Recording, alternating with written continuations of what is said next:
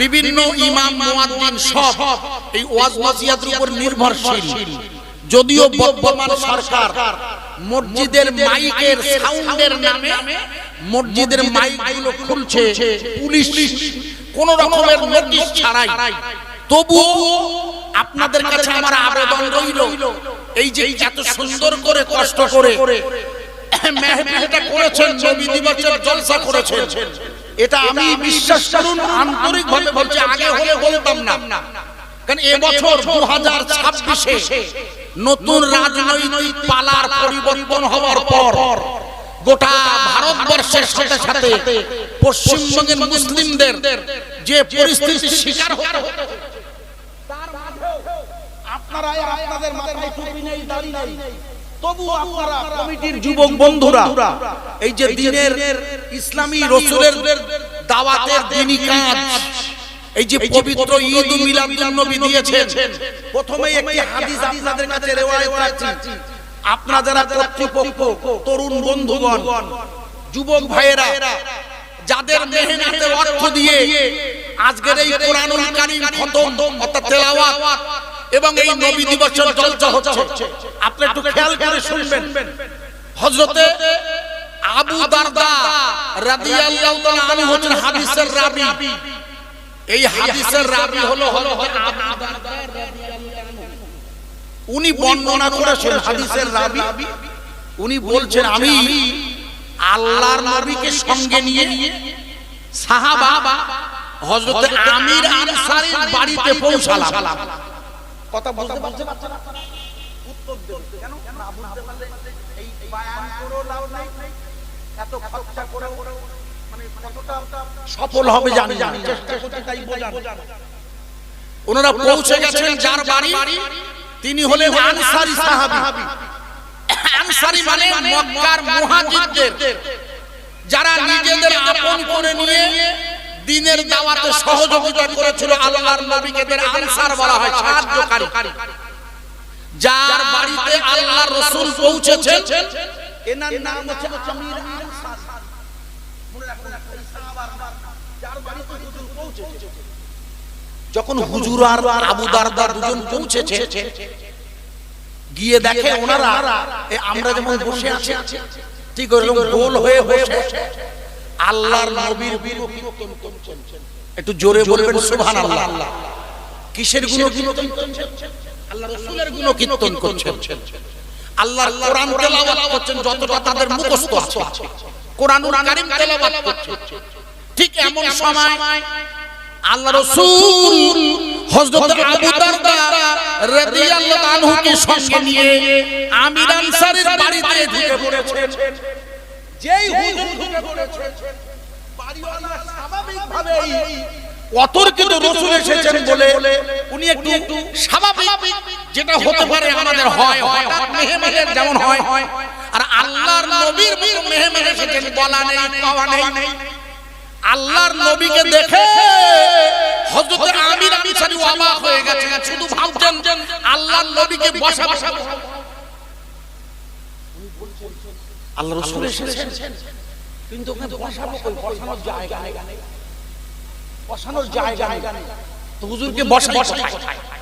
উনি করলেন, ভালো করে শুনবেন, ওনার ঘরে একটু উঁচু জায়গায় দ্রুত জায়গাটা পরিষ্কার করে আমরা যে বাড়িতে বসলাম একটু আগে যেখানে গেলাম, বাড়িওয়ালা সাহেবে দাওয়াত, আল্লাহ ওনার যা যা দেন, যেভাবে আমাদের মেহমানদারি করেছেন, বিশ্বাস করুন যে বেডশিটে বসে খানা খাওয়া হচ্ছিল, অনেক সময় আপনার দস্তরখানা থাকলেও পড়ে যায়।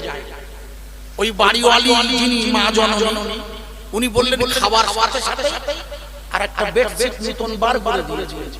আশ্চর্য হয়ে যাবে, এটা হচ্ছে মেহমানদারি, এটা নমুনা আপনাদের বোঝানোর জন্য বলছি।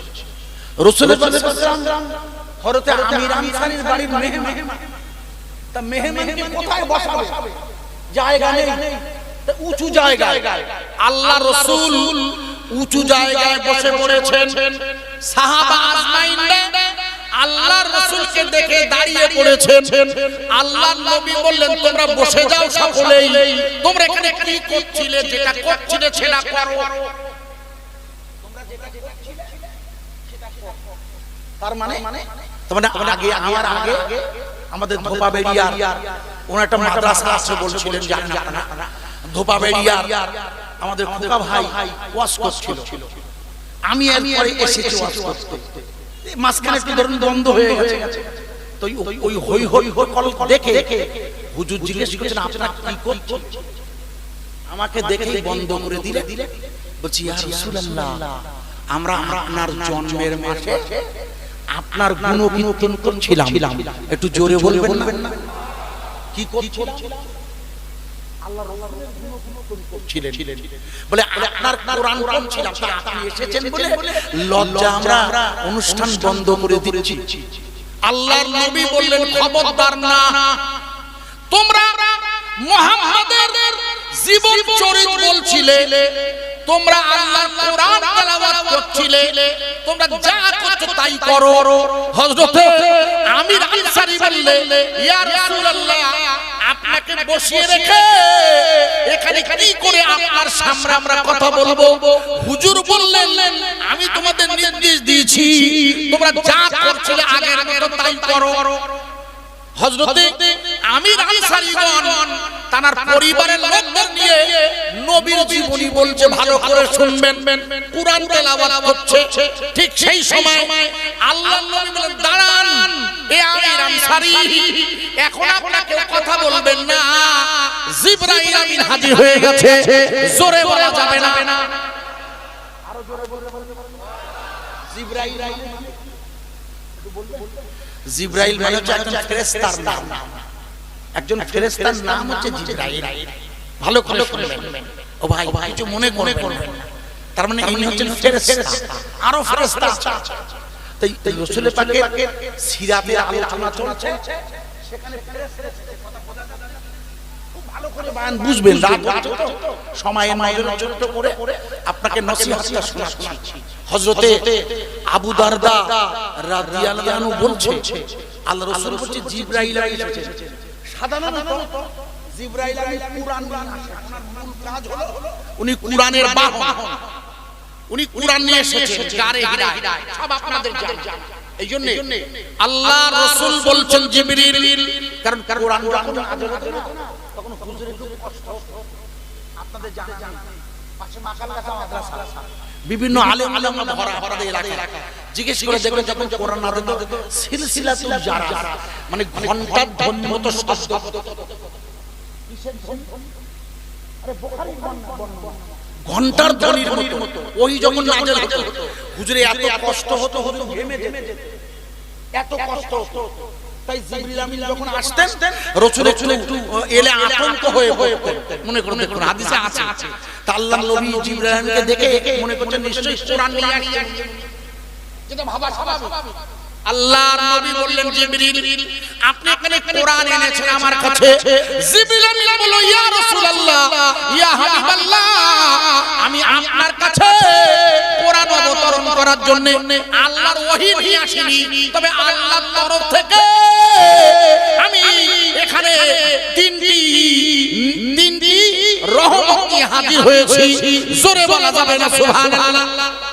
এখানে কোরআন কিন্তু আল্লাহর তরফ থেকে এই এখানে যারা আছেন, যারা আপনারা, তাদের জন্য আল্লাহ তিনটে রহমত আমার কাছে বলে দিয়েছে। সেই তিনটে রহমত আপনাকে বলছি। আল্লাহ রাসূল বলছেন কি?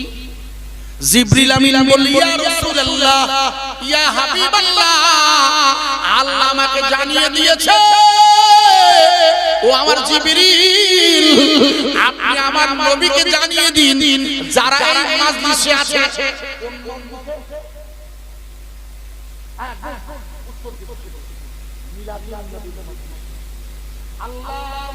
জিবরিল আমিন বললেন ইয়া রাসূলুল্লাহ, ইয়া হাবিবাল্লাহ, এই মাজলিসে যারা আছে আল্লাহ তাদের সকলের প্রতি মাগফিরাত জানিয়ে দিয়েছে। জোরে বলা যাবে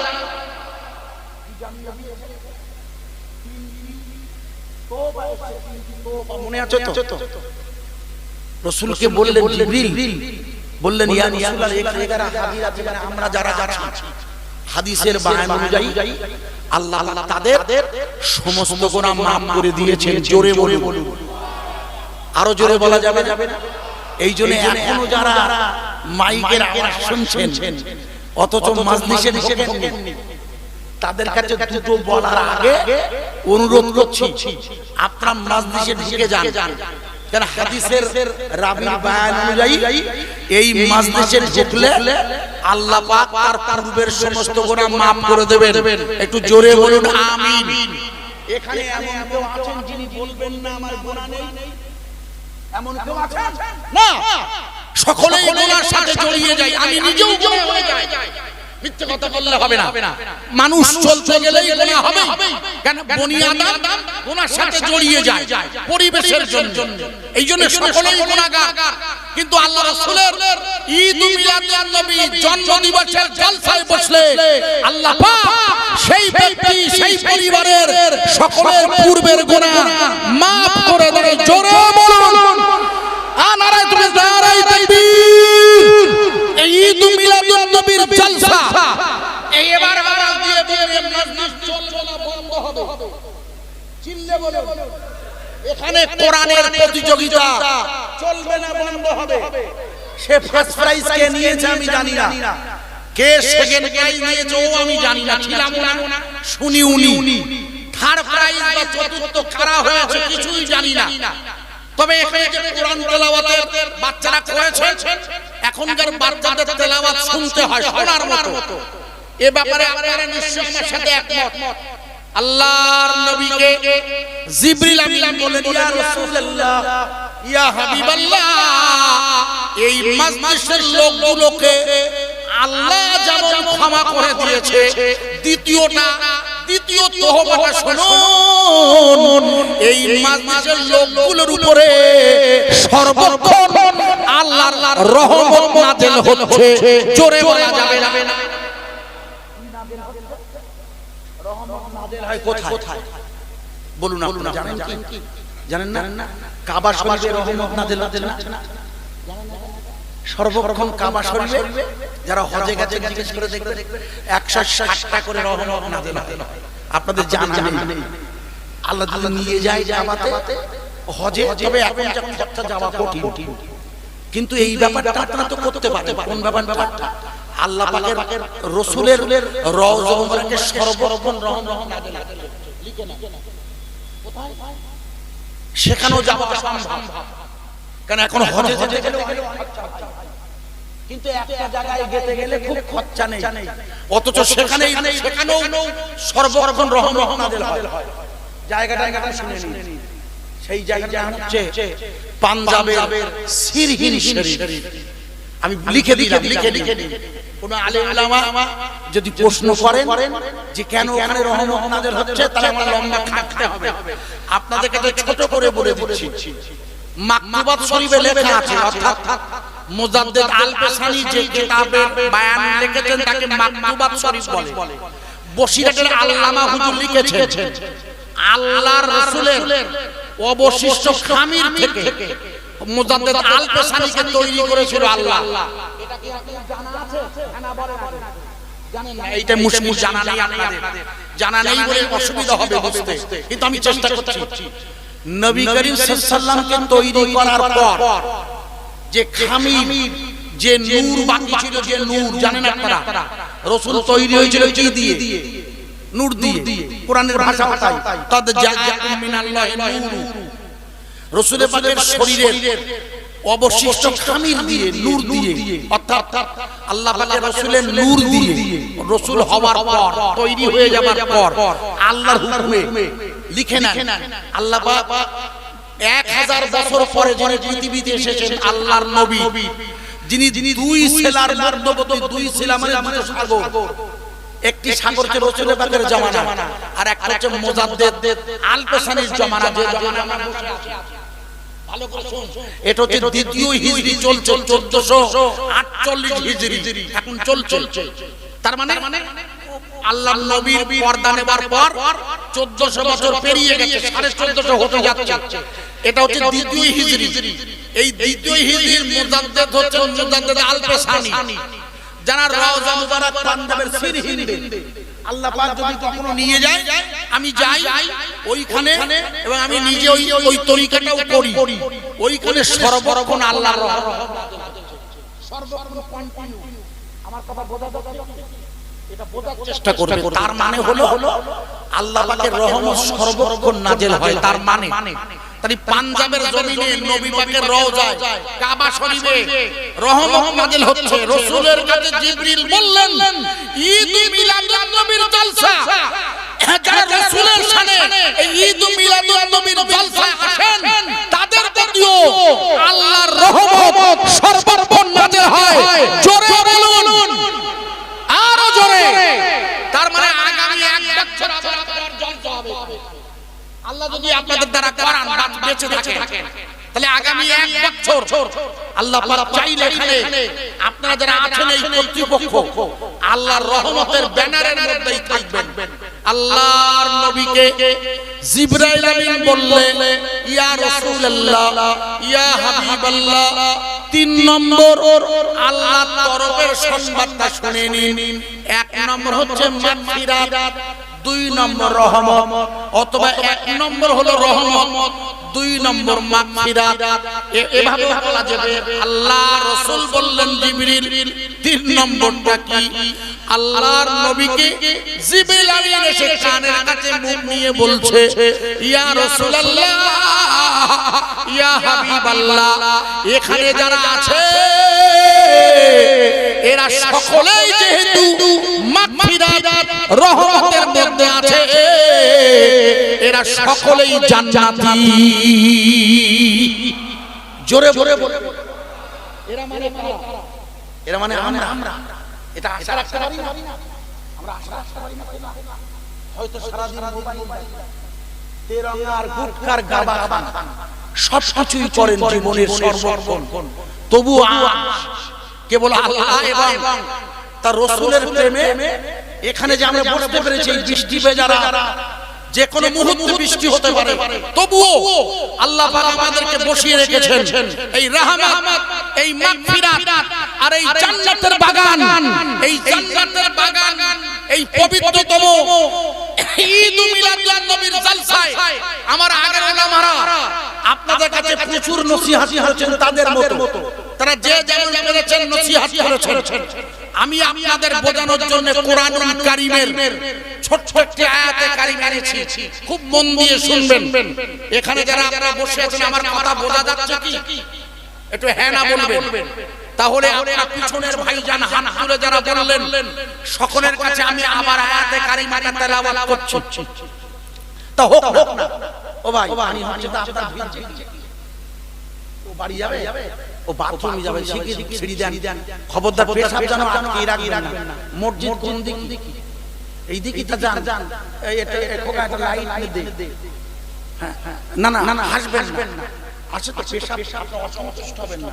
পেশাব কখনো চেপে রাখতে নেই, রাখলে কিডনিতে ক্ষতি হয়। খবরদার যার যখন পেশাব পাবে চেষ্টা করবেন উঠে যাবার। আমি অনুমতি দিয়ে রাখলাম। আল্লাহু আকবার। যেটা বলছিলাম বোঝানোর জন্য খুব মন দিয়ে এই জায়গাটা রাখছি ছোট করে। তাহলে আমরা এমন একটা মাজলিসে বসে আছি কোরআনের কারখানা, যেখানে আল্লাহ পাকের মাগফিরাত, আল্লাহ পাকের রহমত এবং আল্লাহ পাকের জান্নাতের ঘোষণা সেই সুন্দর মজমায় বসেছি বোঝানোর জন্য। আগের উলামারা বলেছেন একটি আয়াত আমি এনেছিলাম রাতের এই অংশে, খুব মন দিয়ে আয়াতে কারিমাটা শুনবেন। বিসমিল্লাহির রহমানির রহিম। সেই পরম করুণাময় আল্লাহর নামে শুরু করছি। সেই আল্লাহ যিনি আমাদেরকে এই শ্রাবণের এই বর্ষায়, এখনো একদিন বাকি শ্রাবণের, কালকে শ্রাবণ হবে। শ্রাবণ আমার 32 দিনে, বাংলা শ্রাবণ 32 দিনে হয়, মনে রাখবেন। আগামী কালও আছে, জানি না আবার কি হবে, বৃষ্টি হবে। এই শ্রাবণের এই সুন্দর রাতে কোরআনুল কারীমে ইন্নাকা লাআলা খুলুকিন আযীম, নিশ্চয়ই আমার নবী। এই ঘোষণাটা কার? একটু জোরে বলুন। আল্লাহর। নিশ্চয়ই আমার নবী মহান চরিত্রের অধিকারী, অর্থাৎ আমার নবী মহান চরিত্রবান। একটু জোরে বলুন সুবহানাল্লাহ। আরেকটু জোরে বলুন ভাই। আল্লাহর খুব ভালো শুনবেন। আল্লাহর নবীর মতো মহান চরিত্রবান মানুষ আমি অন্য কোন ধর্মের আলোকে বলছি না, আমি কোরআনের আলোকে আপনাদের কাছে জিজ্ঞেস করছি একজন মুসলমান হিসেবে, আল্লাহর নবীর মতো এমন চরিত্রবান মানুষ এই পৃথিবীতে আর কখনো জন্ম নিয়েছে? একটু জোরে বলুন। কিয়ামত পর্যন্ত নেবে না কেন? আল্লাহর নবী হলেন এই পৃথিবীর শেষ এবং সেরা নবী। আল্লাহ পাক মা কানা মুহাম্মাদুন আবা আহাদিন মির রিজালিকুম ওয়ালাকিন রাসূলুল্লাহি ওয়া খাতামান নাবিয়িন, অর্থাৎ আল্লাহ আমার রাসূলকে এই পৃথিবীর শেষ নবী করে আমাদের কাছে পাঠিয়ে দিয়েছেন। এইজন্য আল্লাহর নবীর চরিত্র গোটা পৃথিবীর মানব জাতির জন্য আল্লাহর নিয়ামতে ভরা। একটু জোরে বলুন সুবহানাল্লাহ। আপনারা দুটি বক্তব্য মন দিয়ে শুনবেন, রাত হচ্ছে বলে। প্রথম কথা খুব ভালো করে বোঝার চেষ্টা করুন। রাসূলের পাকের চরিত্রটা এত সুন্দর, আপনারা ভালো করে উত্তর দিন। আজ পর্যন্ত পৃথিবীর কোন মনীষী, কোন লেখক, কোন গবেষক আল্লাহর নবীর চরিত্রের উপরে কলঙ্কিত করা, রাসূলের চরিত্রের কোন ত্রুটি আজ পর্যন্ত খুঁজে পেয়েছেন ভাই? জোরে বলুন। মনীষী বুখারী পৃথিবীর সেরা একজন কোরআনের বিজ্ঞানী, কিন্তু ইহুদি খ্রিস্টান অমুসলিম উনি লিখেছেন, উনি বর্ণনা করেছেন বুখারী যে হযরত মুহাম্মদ সাল্লাল্লাহু আলাইহি ওয়াসাল্লামের কাছে আসা, অর্থাৎ ওনার কাছে আসা 22 বছর 8 মাস 23 দিন ধরে পর্যায়ক্রমে যে কোরআন এসেছে, এই কোরআন এমন একজন ব্যক্তির কাছে এসেছে যে ব্যক্তি জীবনে কখনো মিথ্যে কথা বলেনি। একবার জোরে বলুন, আরো জোরে। আল্লাহ রাসূল জীবনে কখনো মিথ্যে বলেছেন? শরীয়তের হুকুম হলো কেউ যদি একটা মিথ্যা বলে বিশ্বাস করতে হবে সে 10টা বলতে পারে। একজন যদি একটা মিথ্যে তার দ্বারা বার হলে সে আরো একাধিক মিথ্যের সাথে জড়িয়ে যেতে পারে। আল্লাহ নবী সাল্লাল্লাহু আলাইহি ওয়াসাল্লাম জীবনে কখনো মিথ্যা বলেননি। উনি আমাদের প্রথম শিখিয়েছেন, উনি রাসূল আমাদের প্রথম শিখিয়েছেন। কি শিখিয়েছেন দেখুন, লা ইলাহা ইল্লাল্লাহ, নেই কোনো মাওলা, আছে শুধু আল্লাহ। এই পৃথিবীর জমিনে কোন ব্যক্তির কাছে তোমাদের মাথা করা যাবে না, কারণ উনি যখন জন্ম নিয়েছিলেন কাবা শরীফের ভিতরে 360টি খোদাদ্রয়ী শক্তি দাঁড়িয়ে ছিল। এতদিন ওয়াজিয়াতের মধ্যে শুনেছেন কাবা শরীফের ভিতরে আল্লাহর বিরোধী শক্তি কতটা? 360 জন খোদাদ্রয়ী বিরোধী, লাত, মান্নাত, উজ্জা। আমাদের দেশে বর্তমান নাম বললে বিপর্যয় সৃষ্টি হতে পারে। এই জন্য আমি তৎকালীন মক্কার পরিবেশে ওয়াজটা বোঝাচ্ছি। এখন বলাও মুশকিল, কঠিন সময়। সেদিন এই 360টি শক্তির বিরুদ্ধে একাই রুখে দাঁড়িয়েছেন আল্লাহর নবী।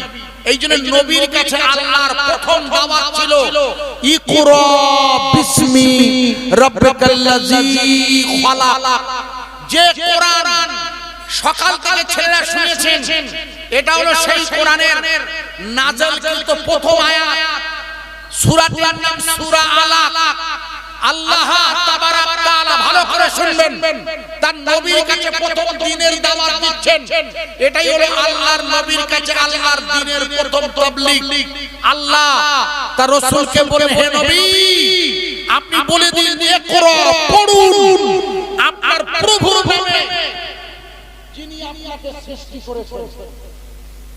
এই রাসূলের কাছে প্রথম দাওয়াত হলো কার নাম? জোরে বলে বুঝতে পারছেন না? আল্লাহ তার রাসূলের কাছে প্রথম বলেন, আগে আমার নামটাই থাকতে হবে, কারণ আমার নামটাই তোরা তুলে দিয়েছিস। কথা বুঝতে পারছেন না ভাই সাহেবরা? আল্লাহর নামটাই তোরা তুলে দিয়েছিস, দিয়েই তো সেখানে আল্লাহর বিরোধী শক্তি দাঁড়িয়ে দিয়েছিস। ভালো করে বুঝবেন। তাই রাসূলের কাছে একবার লক্ষ্য করুন, 360টি বিরোধী শক্তি আবু জেহেল, উতবা, শুয়াইব, আবু লাহাব দাঁড়িয়ে আছে তারা কাবার বাইরে। এই শক্তির বিরুদ্ধে লড়াই করতে হবে আপনার, হে রাসূল। তাই আপনার কাছে আমার প্রথম দাওয়াত, ইকরা বিসমি রাব্বিকাল্লাযী খালাক। পড়ুন আপনার প্রভুর নাম, যে প্রভু আপনাকে সৃষ্টি করেছেন। তার মানে হলো সর্বপ্রথম আপনাকে সেই আল্লাহর কাছে শিরকবিহীন নিজের শরীর আল্লাহর নামে কুরবানি করতে হবে, যিনি আমাদের মাওলা। একবার জোরে বলুন সুবহানাল্লাহ। আরো জোরে বলবেন না? রাসূল কি তার জীবন দিয়ে করেননি? রাসূল পাক সাল্লাল্লাহু আলাইহি ওয়াসাল্লাম এই সেবক কেবল আল্লাহর নামটা প্রচারের জন্যই মক্কা শরীফের মাটিতে খুব ভালো করে বলবেন। ওয়াজ দিয়ে লাভ নেই, মিনিমাম যদি না বোঝেন। আল্লাহ পাকের রাসূল যখনই আল্লাহর নাম নিলেন, তখন আপন পরিবারের লোকেরা সব রাসূলের বিরোধিতা শুরু করলেন। আপনজনেরা, আবু লাহাব তো নিজের চাচা, উম্মে জামিলা হলেন আপন চাচিমা। এরা সব তো রক্ত, এরা তো কুরাইশের বনি হাশিম গোত্রের লোক, একই বংশ, একই রক্ত, একই বংশ। এসআইআরের তালিকা, রাসূলের তালিকায় এরা আছে। সেই তারাই রাসূলের বিরুদ্ধে বিশ্বনবী সাল্লাল্লাহু আলাইহি সাল্লামের আল্লাহর নামের বিরুদ্ধে তারা রুখে দাঁড়ালো। হে মুহাম্মদ, তুমি সব বলবে, আমরা তোমার সব মেনে নেব, কিন্তু একটা শব্দ বলতে দেব না, সেটা হচ্ছে আল্লাহ। আজ এই 65 ডেসিবেল মাইকের আওয়াজের মধ্যে দিয়ে ওরা বেঁধে দিয়ে ওরা আমাদের আল্লাহর নামটাই বন্ধ করতে চায় না। আরেকটু হ্যাঁ না বলুন। আমার ওয়াজ কি বোঝা যাচ্ছে? আমি জানি না বোঝা যাচ্ছে কি। আমার কথা বোঝা যাচ্ছে? আল্লাহর নাম ওরা বন্ধ করতে চায়, তাই 65 ডেসিবেল আমি আপনাদের বোঝানোর জন্য রাখছি। একটু মন দিয়ে বুঝবেন, আশা করা যায় বোঝা যাবে। আল্লাহ রাসূল সাল্লাল্লাহু আলাইহি ওয়াসাল্লামের আগে ইতিহাসে যে জাতির নাম সবচেয়ে বেশি এসেছে সেটা হচ্ছে বনি ইসরাঈল। কুরআনুল কারীমে যাদের নামে একটা সূরা আছে, সূরার নাম বনি ইসরাঈল। অর্থাৎ কুরআনুল কারীমে আল্লাহর রাসূলের আগে যে সমস্ত নবী এসেছেন এদের মধ্যে একটি জাতি হচ্ছে ইসরাঈল। নাম শুনেছেন? ইসরাঈলের নাম শুনেছেন? বনি ইসরাঈল একটি কওম, একটা জাতি, যেখান থেকে একটা রাষ্ট্র হয়েছে। খুব ভালো করে বুঝবেন ভাইয়া, লক্ষ্য করুন, বোঝা যাবে। আপনারা জানেন এই ইসরাঈল কার নাম? আপনারা জানেন? আপনারা যারা ইউটিউবার ঘোরেন সব বিভিন্ন জায়গায় আলেমদের মুখে নিশ্চয় শুনেছেন। আমি আপনাদের ধরছি না, ভাই ভাই ইসরাঈল কার নাম? ইয়াকুব আলাইহিস সালামের আরেকটা নাম হচ্ছে, আপনি আন্দাজে বলছেন, আন্দাজে বলবেন না। ইয়াকুব আলাইহিস সালামের আরেকটা নাম ছিল ইসরাঈল। লিখে নেন। আপনাকে জিজ্ঞেস করছি, কিছু মনে করবেন না। এসে গেল বলে বলছি, বলুন তো পৃথিবীতে কজন নবীর দুটো করে নাম ছিল? এই পৃথিবীতে যত নবী রাসূল এসেছেন এদের মধ্যে কজন নবীর নাম দুটো করে ছিল? বলতে পারবেন? লিখে নেন। কেবলমাত্র দুজন নবীর নাম দুটো করেছিল। একটা হচ্ছে ইয়াকুব আলাইহিস সালামের নাম ছিল বনি ইসরাঈল, আর একটা ছিল আমার নবী মুহাম্মাদুর রাসূলুল্লাহ আর আহমদুর মুস্তাফা। মা আমিনাতুল জোহরা নাম রেখেছে আহমদ, আর আল্লাহ পাকের তরফ থেকে নাম এসেছে মুহাম্মদ। একটু জোরে বলা যাবে না? সুবহানাল্লাহ। খালি এই পৃথিবীতে দুজন নবী লিখে নেন। অসংখ্য নবী রাসূল এসেছেন, কেউ তো মুনাজাতে বলে 1,24,000, মতান্তরে 2,24,000। এত নবী রাসূল এসেছেন, ভুল নয়। আমি তো মনে করি তার চেয়ে আরো বেশি নবী রাসূল এসেছেন, অসংখ্য। এক ভারতবর্ষে সিরহিন থেকে 25-35 কিলোমিটার দূরে বুরুজে তো এক জায়গায় 50 জন নবীর কবর। মুজাদ্দিদ আল কাসারি দেখিয়ে দিয়েছে এক জায়গায় 50 জন নবীর কবর। এই ভারতে সিরহিন থেকে 35 কিলোমিটার দূর পাঞ্জাবে জায়গার নাম বুরুজ। যদি কখনো যান দেখবেন ইনশাআল্লাহ, ভুল বুঝবেন না। যেটা বলছিলাম বোঝানোর জন্য আপনাদের, দুজন নবীর নাম ছিল দুটো করে, আমার নবী আর ইয়াকুব আলাইহিস সালাম, কারণ ইয়াকুব আলাইহিস সালামের বংশধরটাই ইতিহাসে আপনি বেশি পাবেন। ইয়াকুব আলাইহিস সালামের পরে নিশ্চয়ই জানেন আপনার ছেলেদের নাম সব আপনার জানা আছে, আপনার সবাই জানেন। ইব্রাহিম আলাইহিস সালাম পরপর সব ইয়াকুব আলাইহিস সালাম, ঈসা আলাইহিস সালাম, যে ইসরাঈলের সিলসিলা, ইব্রাহিমের পরপর সিলসিলা আছে। এখন প্রশ্ন এখানে একটা করব শুধু বোঝানোর জন্য, ইসরাঈল শব্দের বাংলা মানে আমি আপনাকে বলছি না, শুধু বোঝাচ্ছি। ইসরাঈল শব্দের বাংলা মানে হচ্ছে আল্লাহর দাস। মুখস্থ করেন, ইসরাঈল শব্দের বাংলা মানে, লক্ষ্য রাখুন, আপনি উত্তর দিনে ওই যে গাজা ভূখণ্ডে যেখানে 3 বছর ধরে হামলা হয়েছে, ওই এলাকাটার নাম কি? লড়াই হয়েছে যাদের সাথে, তারা কারা? তারা ফিলিস্তিনে যারা বাস করে, তারা সব মুসলমান না। ফিলিস্তিনের গাজায় যারা, এই যাদের ইতিহাস আপনারা দেখে এলেন দীর্ঘদিন ধরে। আর ইসরাঈলে যারা বাস করে, তারা কারা? তারা ইহুদি হলে তবে তারাও কিন্তু আসলে তাদের ইসরাঈল নয়, তারা আল্লাহর দাস। আমার কথা বুঝতে পারছেন না? ওরা নামে আল্লাহর দাস, কিন্তু আল্লাহর ঈমান ওয়ালাদের পৃথিবীর জমিন থেকে ওরা হত্যা করছে। আমার কথা বোঝা যাচ্ছে? ওদের নাম কিন্তু আল্লাহর দাস, কিন্তু ওদের কাজ হচ্ছে আল্লাহর নামে। কথা বোঝার চেষ্টা করবেন, মুশকিল। আজ ট্রাম্প বাবুরা লাগাতার যেভাবে হামলা চালিয়ে মধ্যপ্রাচ্যটা লণ্ডভণ্ড করে দিতে চাইছিল, আল্লাহর নাম নেবার কেউ থাকবে না, এমন একটা অহংকার মিস্টার ট্রাম্প তার দল করতে চাইছে ইসরাঈলের সাথে নিয়ে। ঠিক কি না ভাই? ঠিক চারি রিপাবলিকে আমরা যেখানে বসবাস করছি ওখানে বলা যাচ্ছে না, চারির ভাইরা ভালো করে বুঝবে, এরা লা ইলাহা ইল্লাল্লাহ আল্লাহর ঈমানি দাওয়াত বন্ধ করতে চায়। আমি আপনাদেরকে জিজ্ঞেস করছি, এই আল্লাহর নাম, রাসূলের এই তাবলীগ চলবে না, বন্ধ হবে? একটু জোরে বলুন। আমি একবার আযান দেব, কিছু মনে করবেন না, এশার আযান নয়, বোঝানোর জন্য। একবার আমি আযান দেব, আপনি একটু আযানের উত্তর দেবেন। আযানের উত্তরটা কি? আমি যেটা বলবো সেইটা বলার নাম হচ্ছে আযানের উত্তর। আমি একটু আযান দিচ্ছি বোঝানোর জন্য, আপনি একটু আওয়াজ দেবেন, উত্তর দেবেন। আল্লাহু আকবার। উত্তরটা কি হবে বলুন, জোরে বলুন। আবার বলছি আল্লাহু আকবার, জোরে বলুন আল্লাহু আকবার, আরো জোরে বলুন আল্লাহু আকবার। ভাই মাইক খোলা, মাইক একটু মাইকটা বন্ধ করো, শুই যেখানে আছে। আচ্ছা দাঁড়া,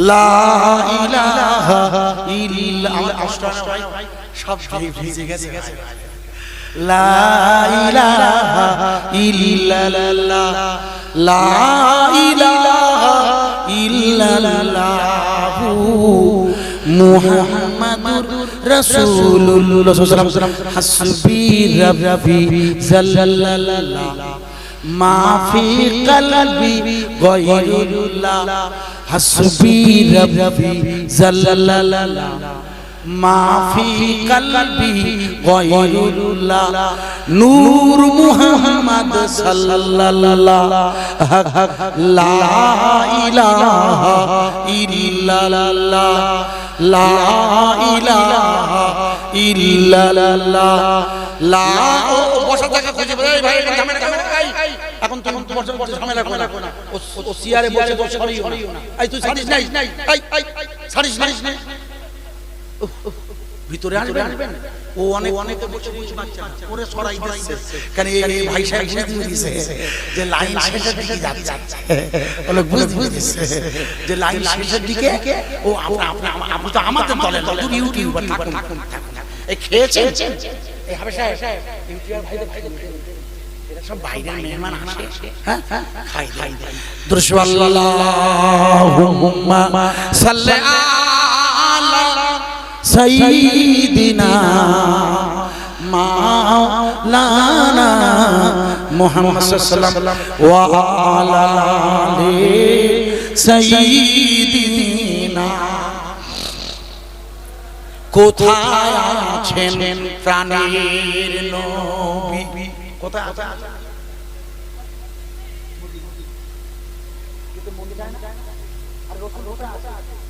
যেতে মন চায় না বাট পাগলা না আমরা যে আহলে সুন্নাত ওয়াল জামাতের আকীদায় বিশ্বাস করি শুধু মন চায় না আমরা হজে যাই বটে কিন্তু মন পড়ে থাকে না যারা হজে যায় তারা জিজ্ঞেস করবেন যারা হজে গেছে শুধু বলে একটু মদিনায় কবে যাব কোথায় আছেন প্রাণের নবী আমাদেরকে ছাড়িয়া আপনি বিনা কি লাভ হবে এ ধরাতে বাঁচিয়া আপনি আছেন মদিনায় আপনি আছেন মদিনায় কবে যাব রওজা সবাই মিলে আছি বসে কৃষ্ণ পাড়ার জলসায় হুম্মা সাল্লি আলা জোরে বলুন সাইয়্যিদিনা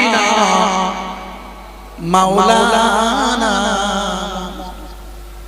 ওয়া আলা আলি সাইয়্যিদিনা মাওলানা ভাইরা আমার আমি আপনাকে যে জায়গায় রেখে দিয়েছি ভুলে গেলে মুশকিল আশা রাখি মনে আছে আল্লাহর নামের আওয়াজ বন্ধ করতে চায় রাসূলের কাছে আল্লাহ বলেন হে নবী ওরা আমার নামটাই তুলে দিতে চায় মনে আছে আপনার প্রথম দায়িত্ব আপনি আমার নামটাকে আগে করে নিন ওরা আমার নাম জানে তবু আমার নামটা নেয় না কেন ঐতিহাসিকরা বলেছেন আল্লাহর নবীর আগমনের আগে আরবের জমিনে চারটি ধর্ম ছিল ছোটখাটো অনেক ছিল কিন্তু মোট চারটি ধর্ম ছিল কটা মুখস্থ করতে কোথায় না তখন মদিনা হয়নি বাবা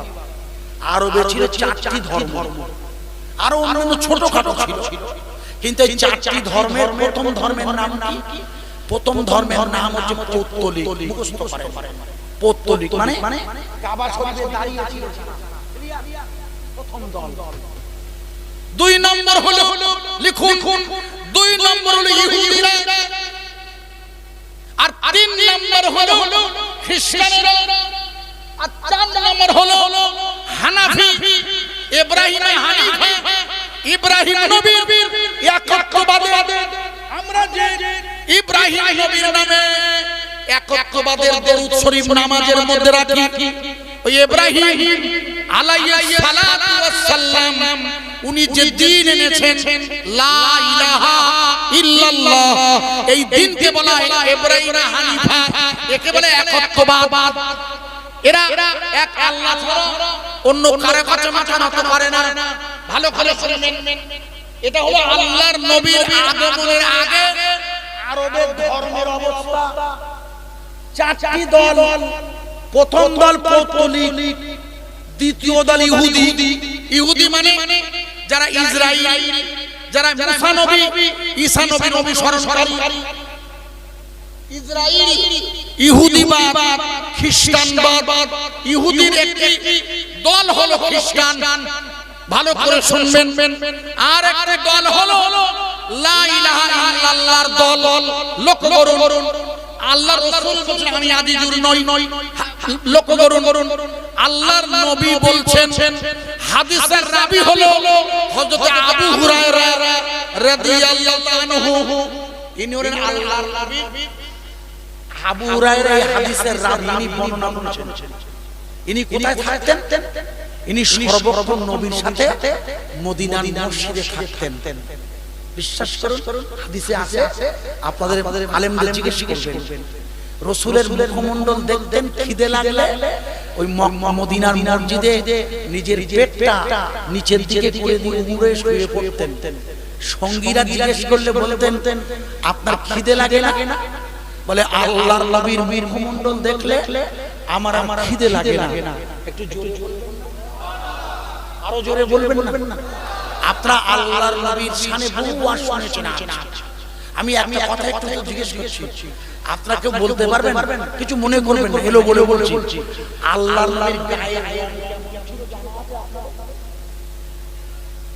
মানে কেমন শুনেছেন আলেমরা আমাদের মাঝে? আপনারা বিভিন্ন আলেমরা বিভিন্ন রকম বলেছেন, কিন্তু আল্লাহর নবীর জামাই হযরত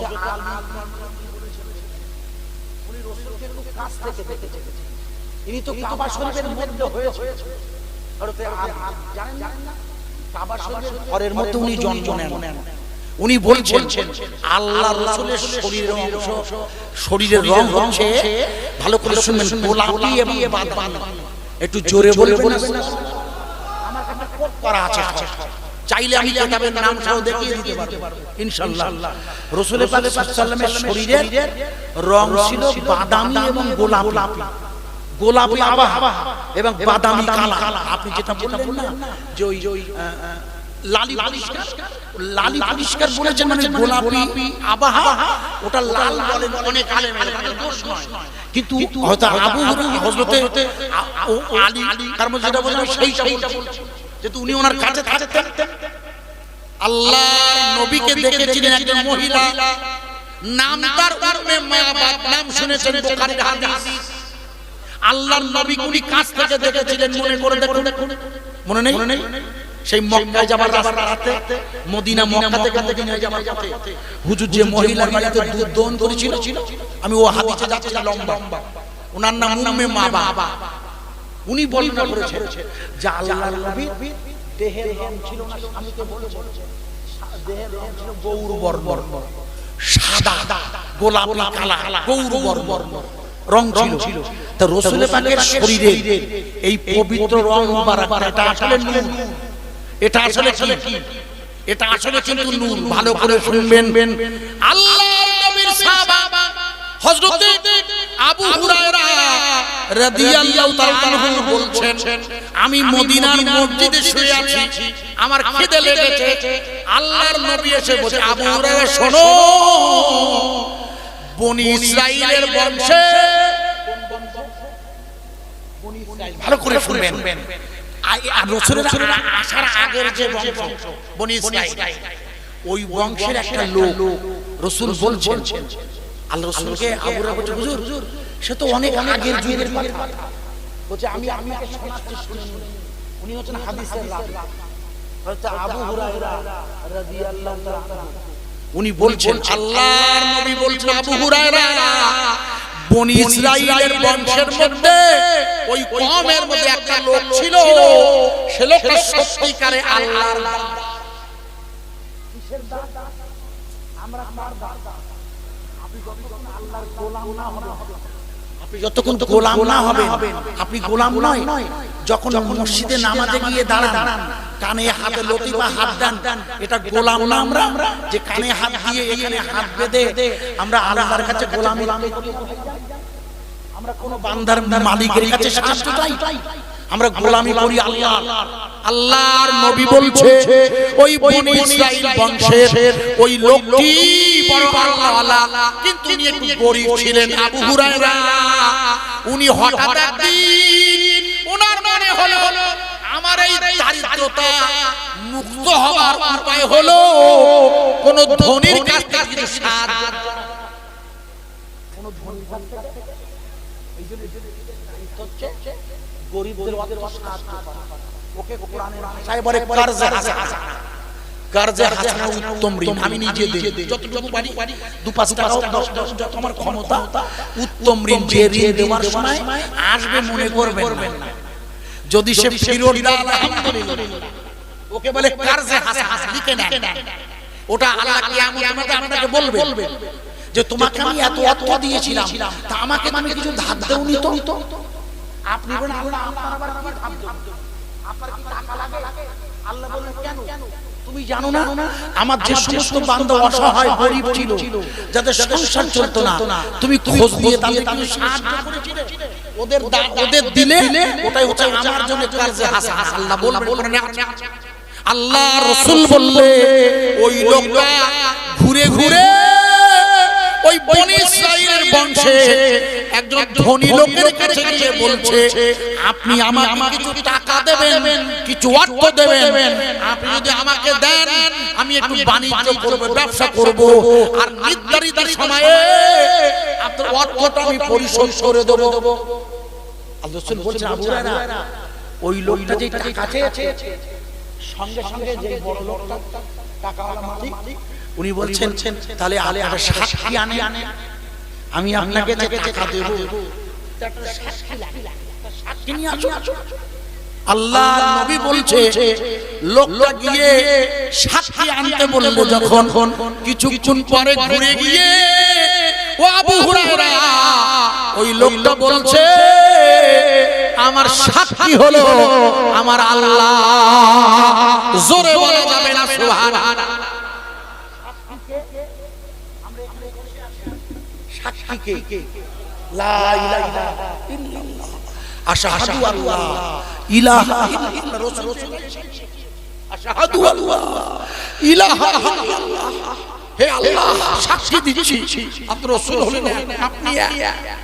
আল্লাহর নবী বলছে লোকটা বললে তুমি তো সাক্ষী দিচ্ছ, বলছো আল্লাহ সাক্ষী। বলে আচ্ছা ঠিক আছে, আল্লাহ যখন সাক্ষী তাহলে তোমার কাছে আমার আবেদন, আমি তোমাকে টাকা দেব, তুমি যদি আল্লাহর সাক্ষী আল্লাহকে হাজির করতে পারো, এটা তো সম্ভব হবে না তোমার দ্বারা, তাহলে তুমি একটা কাজ করো, একজন জামিনদার নিয়ে এসো যে অন্তত মুখে বলবে ও না দিতে পারলে আমি দেব, একজন জামিনদার অন্তত আনো। লোকটা চারিদিকে ঘুরে ফিরে গিয়ে সে ধনী লোকটাকে বলছে আমার জামিনদার হলো আমার আল্লাহ। একটু জোরে বলবেন না সুবহানাল্লাহ। এই লোকটা বলছে ও আল্লাহ, এর জিজ্ঞেস করছে তোমার সাক্ষীকে, সে বলছে আল্লাহ। জামিনদারকে সেও বলছে আল্লাহ। যে জাগিয়ে বহু লোকের তো পয়সা করি দে, এর একটু দে দে, যা নে যা, কত যা যা 1000 টাকা দিয়ে, মানে ওই সময়ের কথা বলছি, 1000 রিয়াল লেখা আছে কিতাবে, 1000 রিয়াল নিয়ে লোকটা যখন চলে যাচ্ছে বলছে আপনার কাছে আমার দাবি হলো অমুক দিন, মানে এখান থেকে কয়েক মাস বাদে অমুক দিন সকালবেলা আপনি সাগরের কিনারে এসে দাঁড়াবেন, আপনার অর্থ আপনি যেটা আমাকে দিয়েছেন আপনি সেটা ফেরত পেয়ে যাবেন। একবার জোরে বলুন আমিন। আল্লাহ রাসূল বলছেন লোকটা 1000 দিনার নিয়ে টাকা নিয়ে একটা নৌকায় চেপে বাণিজ্য করার জন্য বেরিয়ে পড়েছে। নৌকায় যেতে যেতে যেতে যেতে বহুদূর পৌঁছে গিয়ে আবু হুরায়রা রাদিয়াল্লাহু আনহু বলছে লোকটা বাণিজ্য করতে গিয়ে প্রচুর দূর পৌঁছে গিয়ে প্রচুর অর্থ উপার্জন করেছে, এত অর্থ উপার্জন করেছে, এই অর্থ উপার্জনের এই আমানতটা ফিরিয়ে দেওয়ার কথা হচ্ছে আগামীকাল।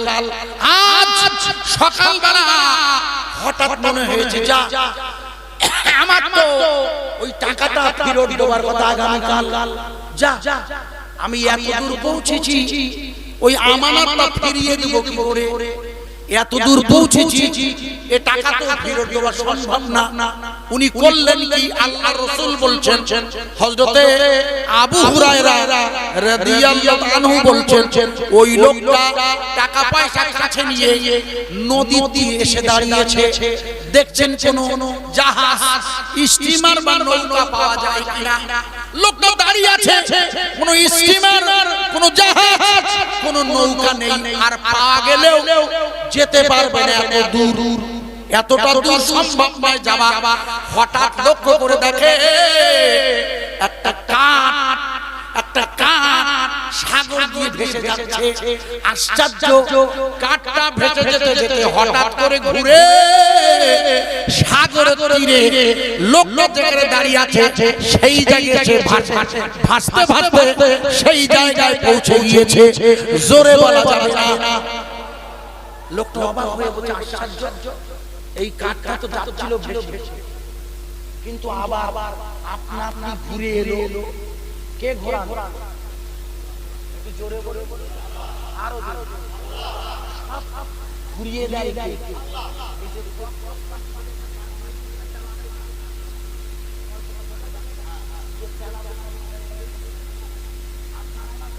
কাজ হবে না, কিন্তু আল্লাহ এমন মাল বার করে হেফাজতের দায়িত্বটা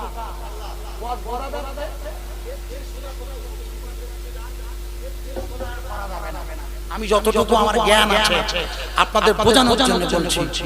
লোকটা দাঁড়িয়ে আছে, অবাক হয়ে দেখে ঘুরিয়ে যাচ্ছে, এটা তো অসম্ভব ব্যাপার।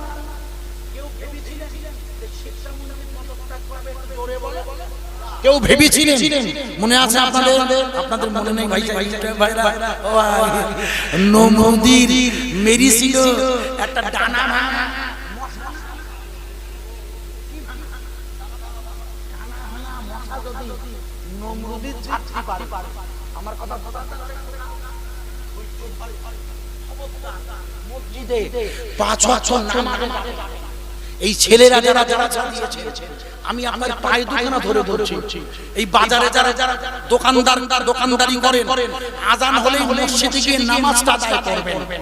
5 ওয়াক্ত জমাতে আল্লাহর সাথে আপনার হেফাজতের দায়িত্ব নেবে কে? এই ডাক্তার ভাই কিছু মনে করবেন না, জানো আপনি যন্ত্রণ ওষুধ বেচেন, আল্লাহ যদি ভালো না করে একই পেট ব্যথার ওষুধ দুজনে দিয়েছে, একজনের হয়েছে একজনের হয়নি, ওষুধ ভালো করবে কে? ও আসছে কাঠ ঘুরিয়ে দিল কে? জোরে বলুন। আল্লাহর নবী বলছে ওই কাঠটা ঘুরে গিয়ে লোকটার কাছাকাছি যখন পৌঁছে গেছে, উনি বুঝতে পেরেছেন এই কাঠটা বোধহয় আমার কাছে এসেছে। উনি করলেন কি? সাথে সাথে কাঠটাকে ধরে নিয়ে দেখে শুকনো কাঠটা নিয়ে এবার ওই যেখানে শুকনো মাটি ওখানে গিয়ে রেখে শুকনো কাঠ দেখে ওনার মাথায় একটা খেয়াল চেপেছে। কি খেয়াল? বলে এই কাঠের দ্বারা আমি আমার আমানতটা ওই মালিকের কাছে পৌঁছে দেব। জোরে বলা যাবে না।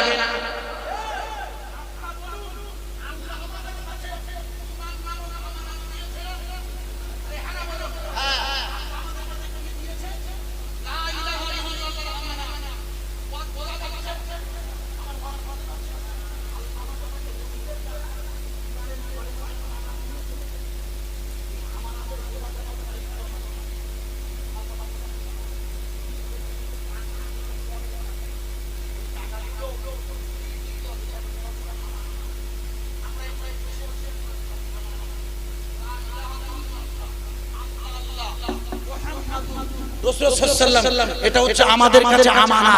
আমার কথা যাচ্ছে কি? হ্যাঁ না বলুন।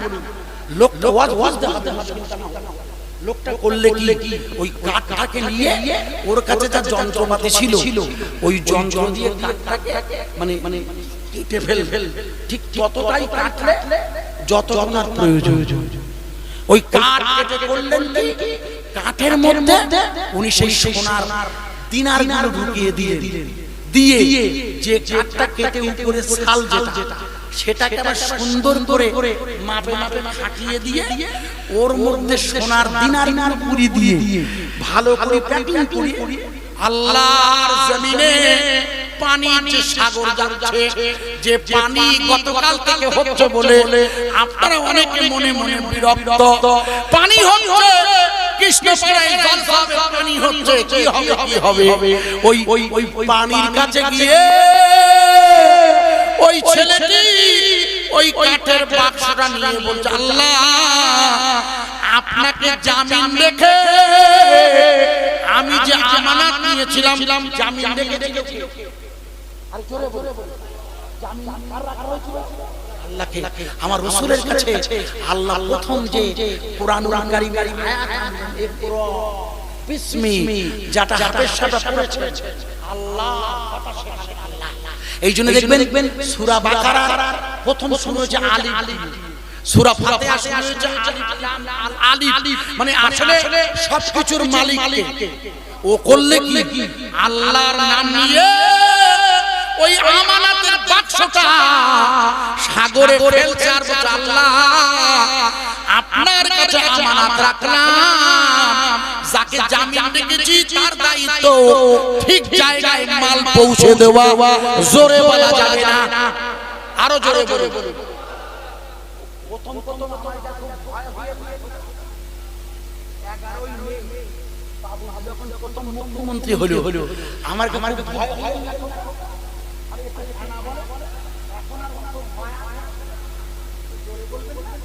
আগে মনে হতো যত দিন যাবে লাইন, আমার মনে হচ্ছে আজকে বলতেছে 65 তালপুরির মেলাওয়ালারা বলবে চলবে না, ওখানে 100 লাগবে। আমরা তখন বলবো আমি নিয়ে মাদ্রাসা বলবে আমার মাইক লাগবে, বাংলা বোঝা বলতে ভাই কিছু মনে করবেন না জানো। তার মানে ওরা 65 সাল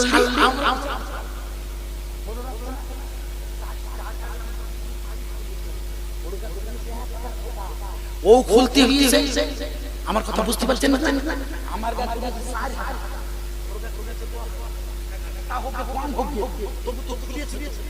কেন ওরা তো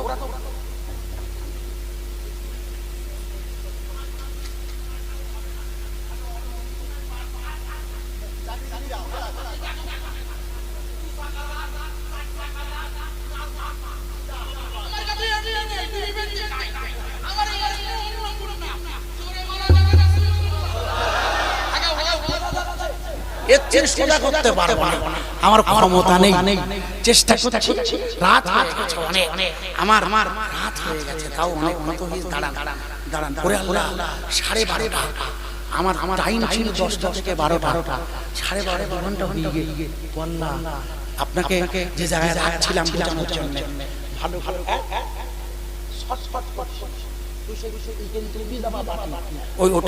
ওটা ইকেন ছিল, উকেন উকি যাচ্ছে গেছে বলছি দাঁড়া ওরে দাঁড়া 2 ঘন্টা হয়ে গেছে, সেটা শুনিয়ে দিলাম এসে গেছে যে জায়গায় রাখছিলাম। উনি বললেন এবার আল্লাহ আমি মাল ছেড়ে দিলাম। ভাই ও ছেড়ে দিল কার উপর তাওয়াক্কুল করি? একটু জোরে বলে আমরা কার উপর তাওয়াক্কুল? পূর্ণ তাওয়াক্কুল। নারায়ে তাকবীর। ভাই কাঠের বাক্সটা ভাসছে, কাঠের ভাই নাম দিয়ে মুসলমান করিস পড়লি বলতে পারবেন পড়ি যাবি পাগলা। এরা মসজিদে চালা দেখেছেন এ নিশ্চয় বাপের টাকা কেনা হয় টাকা নাই বাপের টাকা নাই ফাঁকি দেওয়া টাকা, এই 3টি টাকা না হাসতেছেন কেন? এই নেতা কাটা ধরতেছ না পরে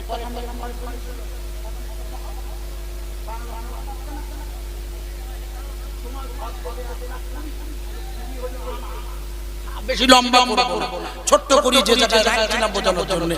ভাই বাক্স যাচ্ছে সোজা আর যাবার কথা আগামীকাল সকালবেলা সেই যে টাকা দিয়ে সে বলতে আগামীকাল সকালবেলা আমার তো সাগরের ধারে তার তখন তো পাত্তা পাচ্ছে না, তা যাই বলি সাগরের ধারে গিয়ে দাঁড়িয়ে আছে, এত জাহাজ আসছে, এত নৌকা আসছে, কোন নৌকা কোন জাহাজ থেকে ওই টাকাওয়ালাটা নামে না। ভাই বিরক্ত হয়ে আল্লাহর নবী বলে আবু হুরায়রা বিরক্ত হয়ে ওই লোকটি যখন বেরিয়ে যাবে হঠাৎ দেখে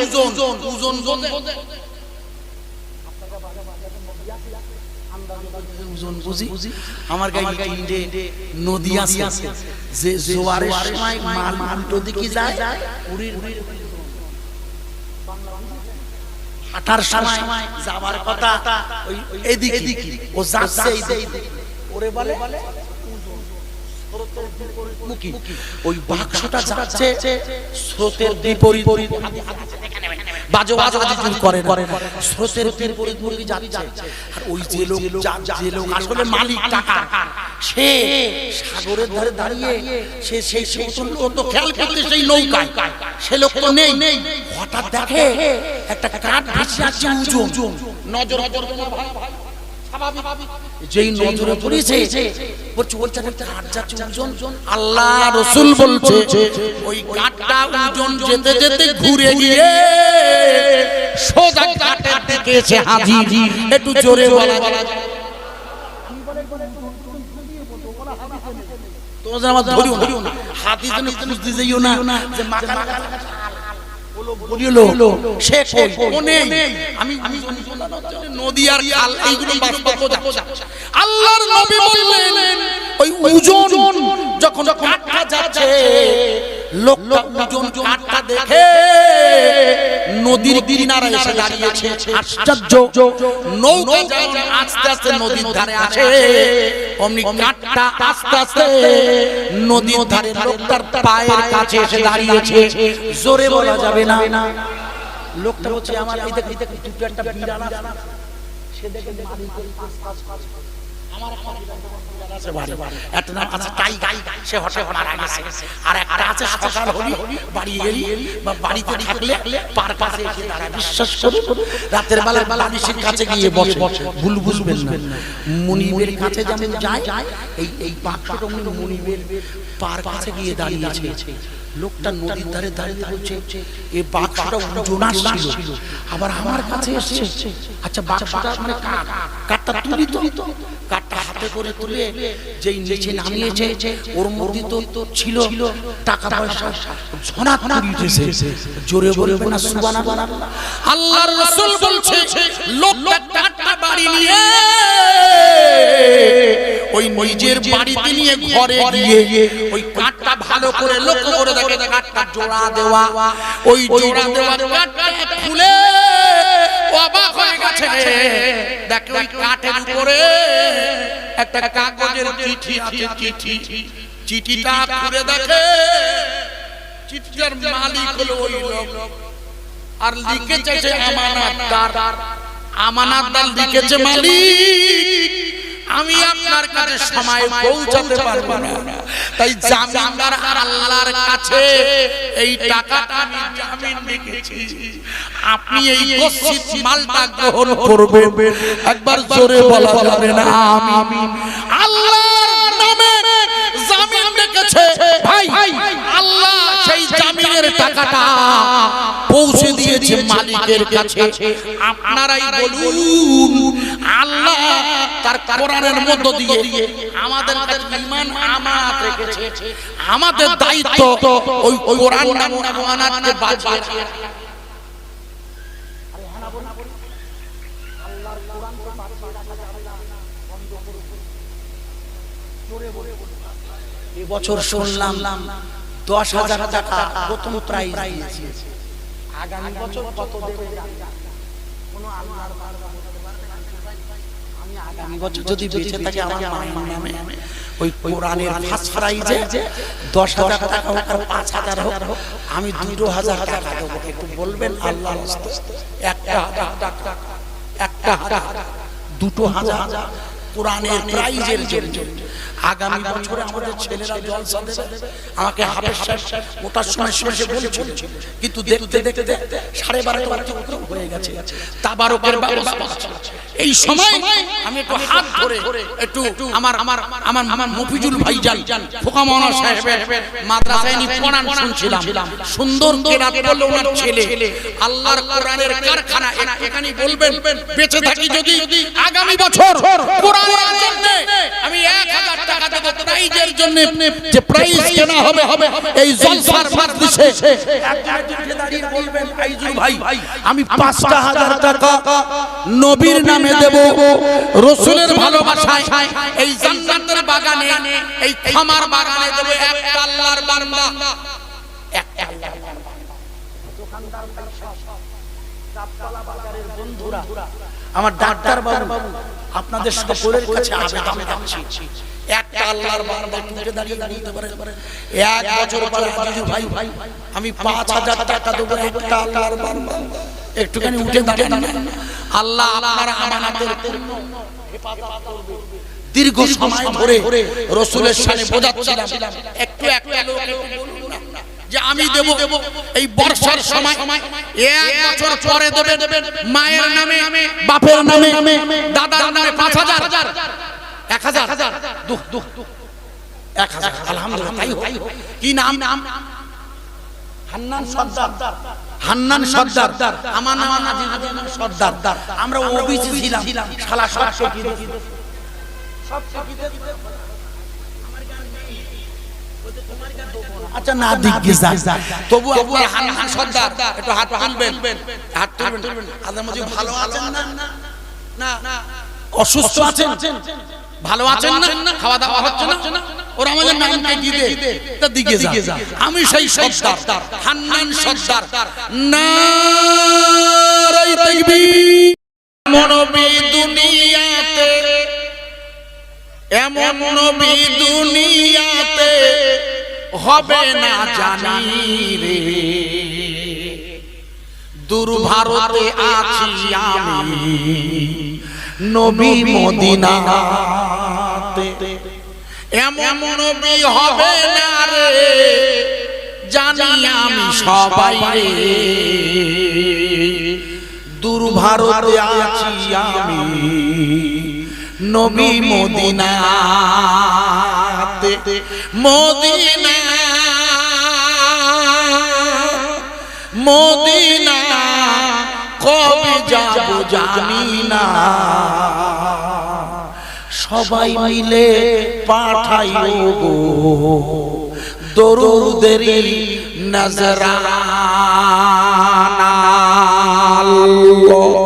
আল্লাহুম্মা সাল্লি আলা। একটু জোরে বলুন না। খুব ভালো তাবারকের ব্যবস্থা হয়েছে, আমরা খেয়েছি।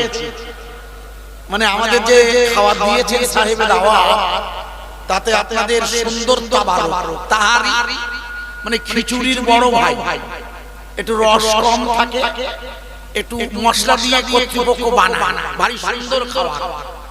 আল্লাহ পাকের শুকরিয়া আদায় করছি। এই বর্ষা ভেজা শ্রাবণের এক সুন্দরতম রবিউল আউয়ালের চাঁদে বৃষ্টি পড়ে টাপুর টুপুর। দেখো চে ভাইরা কোরআন শরীফ পড়বে, দেখো কৃষ্ণ পাড়ার ছেলেরা। সারা দিনে এই ডিস্টার্ব করবে না, সারা দিনে তেলাওয়াত হবে কুরআনুল কারীমে। মন যেতে চায় উড়ে ও গো সোনার মদিনাতে। নবী নবী কানে শুনি কোরআনটা তাও তাই পড়তে পারলে ভালো হতো ও গো খোদা চাই। ছেলেরা সব করলো তেলাওয়াত, ছেলেরা সব করলো তেলাওয়াত কারি দেওয়া নিয়মে। শুনলে বসে সবাই মিলে গাবতলার বাজারে। ও গো খোদা কবে আমার, ও গো খোদা হবে জলসা। মন যেতে চায় উড়ে ওগো সোনার মদিনা। মাখাল কাচার যাওয়ার পথে চৌমাথার ওই আগেতে গাবতলার বাজারেতে আমরা সবাই আছি বসে। কবুল করো গো খোদা তেলাওয়াতে কুরআন। দেখছেন আমার নিজে বসে বসে বানিয়ে বানিয়ে বলছি। এতটুকু আপনাদের জ্ঞান নেই। প্রয়োজন ছাড়া কথা বলবেন না, ডিস্টার্ব করবেন না প্লিজ। আপনি ওখানে বলবেন, ওকে তুলে দিলেন কেন? এই একটা চেয়ার ওকে দেন, এনাকে একটা বসে ভালো বসে চেয়ার চেয়ার। এই ওই পিছন দিক থেকে চেয়ার গুলো এসে দাও তো। এই একটা চেয়ার দিন। আপনি কিছু মনে করবেন না, যেহেতু বায়ানের মধ্যে তো অসন্তুষ্ট হবে না। প্রিয় ভাই সাহেব, খুবই ভালোবাসা নিয়ে আল্লাহর শুকরিয়া আদায় করছিলাম। আমি হাফেজ সাহেব হুজুরকে হয়তো মুখে চোখে দেখেছি, কিন্তু খুব আলাপ নেই আমার। উনি বলছিলেন যে সারাদিন ব্যাপী এই বৃষ্টি পড়েছে, সারাদিন বৃষ্টি হয়। আরে হ্যাঁ না বলবো, গতকাল আলাম ব্যস্ত আছে, এক সেকেন্ড কথা বলা ফোন করছিলেন এখান থেকে। তখন আমি কাজে আছি যে ভাই, কাজ মানে এটাই আমাদের কাজ। তা আল্লাহ যদি হায়াত রাখেন পৌঁছে যাবে। এসে নয়, সে রাত থেকেই অজর এসেছে, তখনও বৃষ্টি হচ্ছে সারাটা দিন। সেই বৃষ্টি মাথায় আমাদের ছেলেরা এই যে ইন্তজাম করেছেন, আমি আপনাদের কাছে জিজ্ঞেস করছি, আপনারা খুশি না অখুশি? একটু জোরে বলুন তো, একবার জোরে একবার নারা দেবেন। আমরা এটা হাসনাবাদ থানা, যতদূর মনে হয়, যেহেতু হাসনাবাদ থানা এবং এখান থেকে অনেক দূরও বটে, কিন্তু বর্তমান পরিস্থিতিতে আমাদের প্রতিটা জলসাতেই থানার অনুমতি নিতে হচ্ছে এবং 65 ডেসিবেল এর উপরে আওয়াজ বার করা যাবে না। কিন্তু আমরা তো হযরত বেলাল রাদিয়াল্লাহু তাআলা আনহুর সেই কণ্ঠের আওয়াজ জানি, যে কণ্ঠের আওয়াজ আর সে আদিম পর্যন্ত পৌঁছে যেত। আমরা সেই হযরত বেলাল রাদিয়াল্লাহু তাআলা আনহুর আওয়াজটাকে মাথায় নিয়ে একটু আগে আমাদের খোকা মাওলানা ভাই তাকবীর দিলেন, তা মনে হলো যেন এখানে কেউ নেই। আশ্চর্য হয়ে গেলাম। আপনারা অসন্তুষ্ট হবেন না? একটু আওয়াজ দিয়ে একবার নারা দেবেন তো, আমি একবার দিয়ে দিই। নারায়ে তাকবীর। আর একটু জোরে হবে না ইনশাআল্লাহ। আরে টেনশন করছেন না, আল্লাহ পাকের শুকর আদায় করে বলছি, এবারে কোরবানি গরু জবাই হয়েছে না? বাস্তবিক সরকারি প্রশ্নটাই নয়, সরকারি নিয়ম। আমরা প্র্যাকটিক্যাল গভর্নমেন্ট বলেছে 14 বছরের গরু ওগুলো পাওয়া যায় না, করাও যায় না। 14 বছর বয়স হয়ে গেছে, এরকম গরু পাওয়াও কঠিন, সুতরাং জবাই হবে না। কিন্তু বুকে হাত দিয়ে বলুন তো, আমি অফ দা মাইকে বলছি, কোরবানির আগে থেকে, অর্থাৎ কোরবানির আগে আল্লাহ পাক যে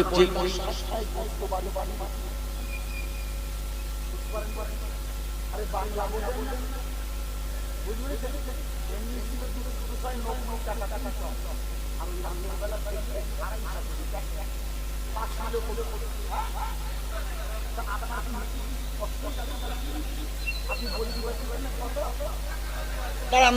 ওসব অত জোরে বলতে হবে না। আমি বলি আল্লাহ আমাদের খাবার বলো খারাপ, ওরা বললো হবে না, এত হয়েছে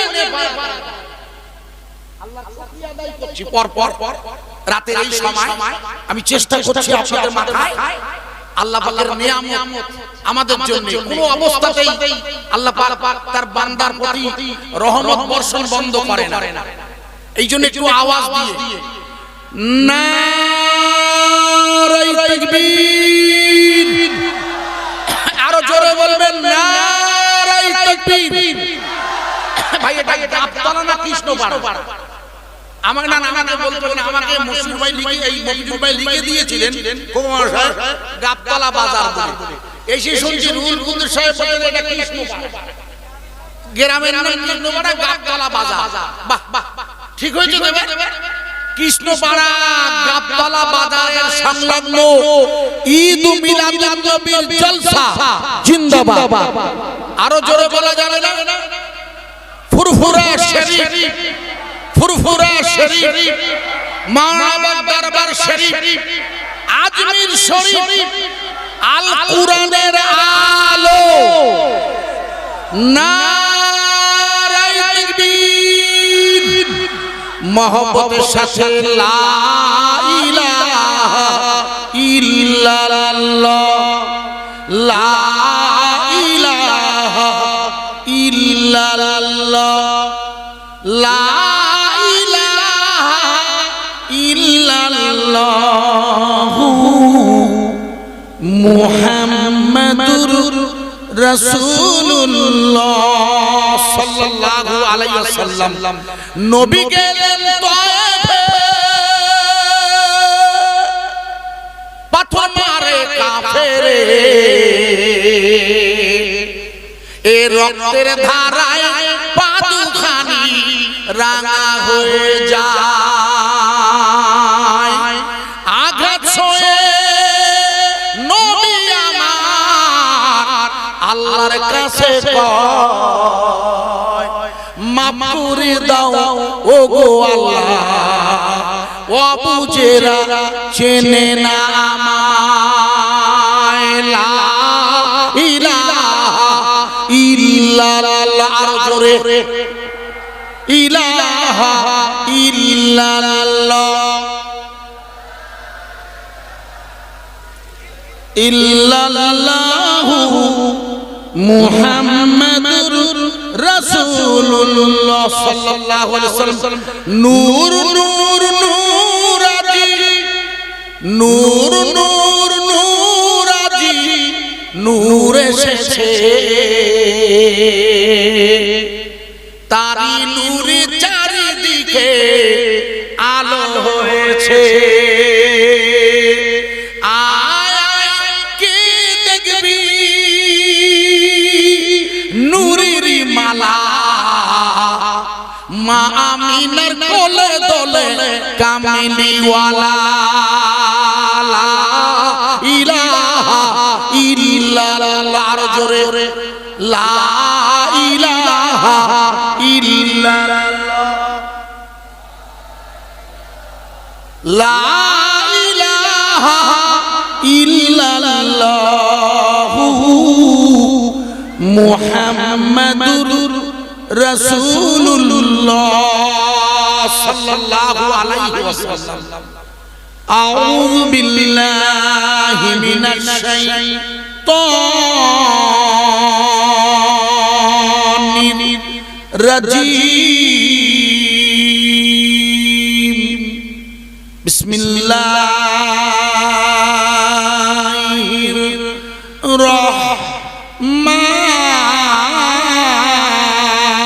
রহমানির রহিম, ইন্নাকা লা'আলা খুলুকিন আযীম। শ্রদ্ধেয় ভাজন, সম্মানিত কৃষ্ণপাড়া জামে মসজিদের সুদী ইমাম সাহেব এখানে আছেন। ইমাম সাহেব মানে এই যিনি ছিলেন উনি আলাদা ইমাম সাহেব আছে কই তিনি? আমি তা বলিনি, দাওয়াত ছিলেন বলেছিলেন তো, কেন বলেন তো? আমি খোঁজ নিচ্ছি এই জন্য যে তুই ইমাম আর মুয়াজ্জিন হচ্ছে আমাদের মসজিদের প্রাণ, যদি ওদের কথাটা বন্ধ হয়ে গেছে এই জন্য আপনারা মাইনে একটু বেশি মাত্রায় দেবেন। আমি কি বলছি আগে বাংলা শুনে, মানে ইমাম আর মুয়াজ্জিনের ভাতা এখন বন্ধ, এই জন্য আপনাদের দায়িত্ব বেশি বর্তায় যাতে তাদের অর্থনীতির দিকে নজর রাখা। যেহেতু শীত গ্রীষ্ম বর্ষা, ইমাম আর মুয়াজ্জিনের ভরসা। সম্মানিত মসজিদের মুয়াজ্জিন সাহেব কই? আরে এখানে আছে উনি পিছনে গিয়ে বসে এখানে এসে বস ইমাম সাহেবের দরকার নেই আপনার থাকতে হবে না শোনো আপনার ছেলে শরীর খারাপ বলছে ওখান থেকে আমি খোঁজ নিচ্ছি অন্য কোনো কারণ নয় যেহেতু উনি হচ্ছেন মহল্লার প্রধান এটা মনে রাখতে হবে আপনাদের এই জন্য আমি সব জায়গায় শুধু কৃষ্ণপাড়ায় বলে নয় সর্বত্রই খোঁজ নেই যেহেতু আল্লাহ পাকের মঞ্জুর এনারা এই মসজিদগুলোকে সুন্দর করে চালিয়ে রেখেছেন যেটা আমাদের ক্ষমতায় কুলায় না এই জন্য আমাদের কৃষ্ণপাড়া জামে মসজিদের সুদী ইমাম সাহেব হুজুর ও মুয়াজ্জিন সাহেব সম্মানিত কর্তৃপক্ষের পরিচালক মণ্ডলীর সুদী সভাপতি সাহেব অন্যান্য আমন্ত্রিত ওলামা হযরত বিশেষ করে ভাই আলহাজ মাওলানা রুহুল হুলদুস সাহেব ভাই সুন্দর কণ্ঠ ওনার তবে যত বয়স হবে আমার চেয়ে বয়সে ছোট আমার চেয়ে তবুও কণ্ঠ যা আছে খারাপ না আমি শুনিনি যদিও মানে আজকে শুনিনি এবছরে এই প্রথম সাক্ষাৎ হচ্ছে নবী দিবস উপলক্ষে তো আল্লাহর দ্বীনের মাজলিস শুরু হয়েছে আপনারা দোয়া করবেন লক্ষ লক্ষ হাজার হাজার লক্ষ লক্ষ আলেম উলামা এই দ্বীনের কাজের উপরে মেহনত করেন এই ইউটিউবার ভাইয়েরা